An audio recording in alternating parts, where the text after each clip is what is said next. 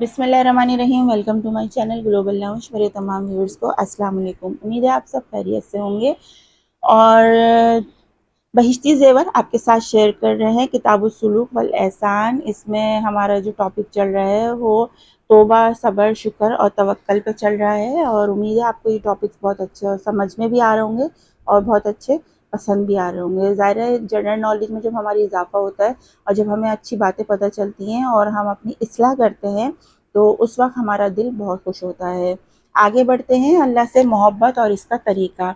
अल्लाह ताला की तरफ से दिल का खींचना और अल्लाह ताला की बातों को सुनकर, इन कामों को देखकर मज़ा आना, दिल को मज़ा आना, ये मोहब्बत है। इसका तरीका ये है कि अल्लाह ताला के नाम का कसरत से विर्द करे, इसकी सिफ़ात कमाल को याद करे और अल्लाह ताला को जो बंदे के साथ मोहब्बत है इसमें गौर करे। अल्लाह ताला के हुक्म पर राज़ी रहना और इसका तरीका। जब मुसलमान को ये मालूम है कि अल्लाह ताला की तरफ से जो कुछ भी होता है इसमें बंदे का फ़ायदा और खैर है, तो फिर हर बात पर राज़ी रहना चाहिए और किसी किस्म का शिकवा शिकायत नहीं करना चाहिए। इसका तरीका ये है कि इस बात का ध्यान रहे कि अल्लाह ताला जो भी फ़ैसला करता है इसमें खैर होती है। सिद्क यानी सच्ची नीयत और इसका तरीका।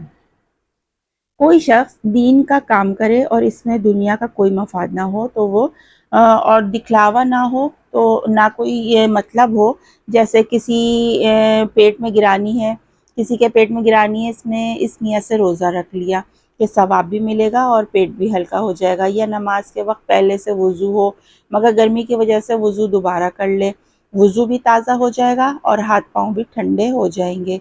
या किसी साइल को इसलिए दे दिया जाए इसके सवाल से जान छूटे और सदका भी हो जाए। ये सब बातें सच्ची नीयत के ख़िलाफ़ हैं। सिद्क़े नीयत का तरीका सिर्फ ये है कि काम करने से पहले अच्छी तरह सोच लिया करें कि नीयत में अल्लाह ताला की रज़ा के अलावा किसी और चीज़ का शायबा हो तो दिल को इससे साफ़ कर ले। सही है। उम्मीद है अच्छे से आपको ये चीज़ समझ में आ गई है कि आप ये जितने भी काम करेंगे तो इसमें सब बातें सच्ची नीयत के ख़िलाफ़ हैं।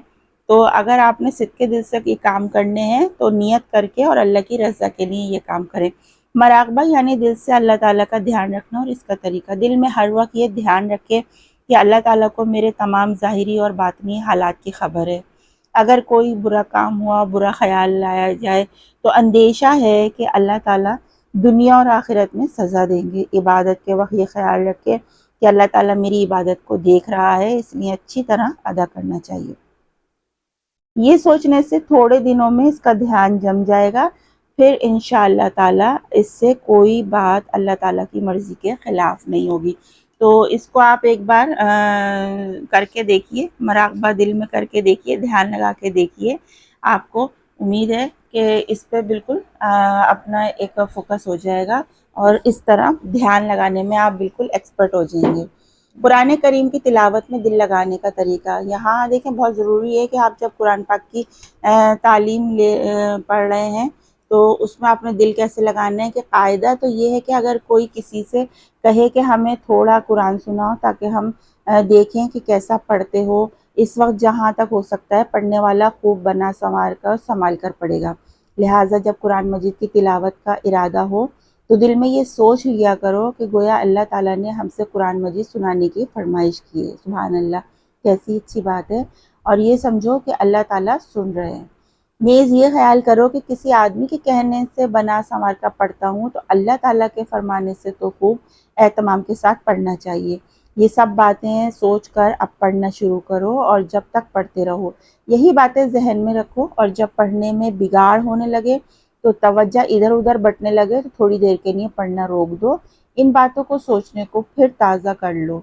इंशाअल्लाह ताला इस तरीके से आप सही और साफ तरह से भी पढ़ा जाएगा आपसे और दिल भी इधर मुतवज्जा रहेगा। अगर कुछ मुद्दत तक इसी तरह पढ़ते रहे तो आसानी से दिल लगने लगेगा। थोड़ा थोड़ा करके पढ़ लीजिए। ज़रूरी नहीं है कि अभी पढ़ने बैठे हैं तो पूरा पारा आप एक ही दफ़ा में ख़त्म करेंगे। आप 2 पेज पढ़िए, 1 पेज पढ़िए, पाव पढ़िए, निस्फ़ पढ़ लीजिए। जितना आप पढ़ सकते हैं 2-4 पेज जितने भी पढ़ सकते हैं, लेकिन दिल लगा के पढ़िए। और जब आपको लगे कि आपका ध्यान थोड़ा बँटने लगा है तो फिर थोड़ी देर रुक जाइए, फिर दोबारा से पढ़िए।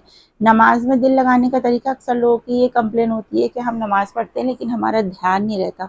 نماز میں ہی سارے خیالات آتے ہیں، یہ تو ایک فیکٹ ہے۔ جب آپ نماز پڑھنے کھڑے ہوتے ہیں تو دنیا جہاں کی جو آپ کی باتیں ہیں سب اس میں ہی آ جاتی ہیں۔ تو نماز کا کوئی عمل، قیام ہو گیا، قرأت، رکوع، سجود، تسبیحات وغیرہ، تو بے توجہی سے ادا نہ ہو، بلکہ ہر عمل دھیان اور توجہ سے ادا ہو۔ مثلاً تکبیر تحریمہ کہتے وقت یہ دھیان رکھیں کہ اللہ تعالیٰ کے سامنے کھڑا اللہ کی عبادت کر رہا ہوں۔ پھر ثنا پڑھتے وقت یہ سوچے کہ اللہ کی تعریف کر رہا ہوں۔ اس طرح قرأت، تسبیحات اور دیگر ارکان میں سے ہر ایک کو اچھی طرح ادا کریں، گویا وہ اللہ تعالیٰ کو دیکھ رہا ہے، کیونکہ اگر وہ اللہ تعالیٰ کو نہیں دیکھ رہا لیکن اللہ تو اس کو دیکھ رہا ہے۔ اس دھیان سے توجہ سے چند دن نماز پڑھے اور اس کے بعد اس کی توجہ نماز میں نہیں بٹے گی اور نماز میں سرور بھی آئے گا۔ ایک دفعہ آپ ٹرائی کر کے دیکھیے اس طرح، بالکل یہی سوچ کے ذہن نشین کر کے ان باتوں کو، اور پھر اللہ کے سامنے کھڑے ہوئیے خضوع خشوع کے ساتھ، تو دیکھیے آپ کا دل لگنے لگے گا۔ اپنے نفس اور دوسروں کے شر سے بچنے کا طریقہ بہت ایزی سا ہے کہ اوپر جتنی اچھی اور بری باتوں اور ثواب و عذاب کی چیزوں کا بیان آیا ہے، ان میں سے دو چیزیں خرابی پیدا کرتی ہیں۔ ایک تو خود اپنا نفس کے ہر وقت طرح طرح کی باتیں سمجھاتا ہے، نیک کاموں میں بہانے نکالتا ہے اور برے کاموں میں اپنی ضرورتیں یاد دلاتا ہے۔ عذاب سے ڈراؤ تو اللہ تعالیٰ کو غفور الرحیم ہونا یاد دلاتا ہے، اوپر سے شیطان اس کو سہارا دیتا ہے۔ دوسرے فساد ڈالنے کا وہ آدمی ہے جو اس طرح تعلق رکھتے ہیں، یا تو عزیز و اقارب ہیں، یا جان پہچان والے ہیں، یا برادری کنبے والے ہیں۔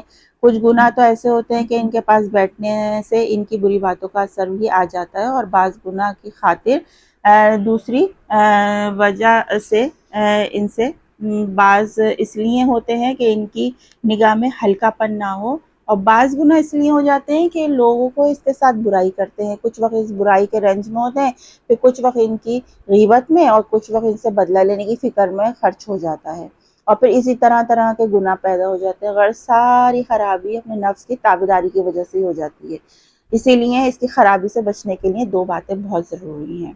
تو ایک تو اپنے نفس کو دبانا اور اس کو کبھی بہلا پھسلا کر، کبھی ڈانٹ ڈپٹ کر دین کی راہ پر لگانا، اور دوسرے لوگوں سے زیادہ لگاؤ نہ رکھنا اور اس بات کی پرواہ نہ کرنا کہ وہ اچھا کہیں گے یا برا کہیں گے، اس لیے ان دونوں ضروری باتوں کو الگ الگ لکھا جاتا ہے۔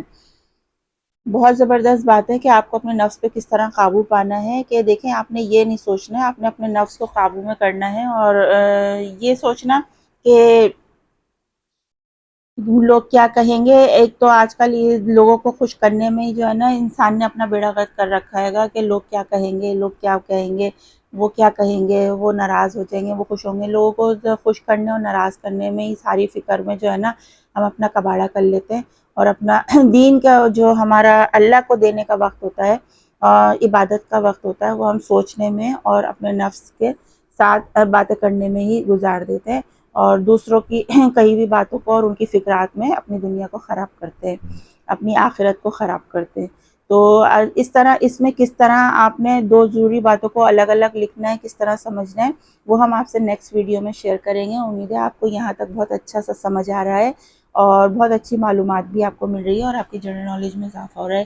تو نیکسٹ ویڈیو میں آپ سے ملتے ہیں، بہت انٹرسٹنگ ویڈیو ہوگی، تو جانیں گے کہ الگ الگ کون سی دو باتیں ہیں نفس کو قابو کرنے کے لیے۔ تو اپنا بہت سا خیال رکھیں، سائمہ خان کو اجازت دیجیے، اللہ حافظ۔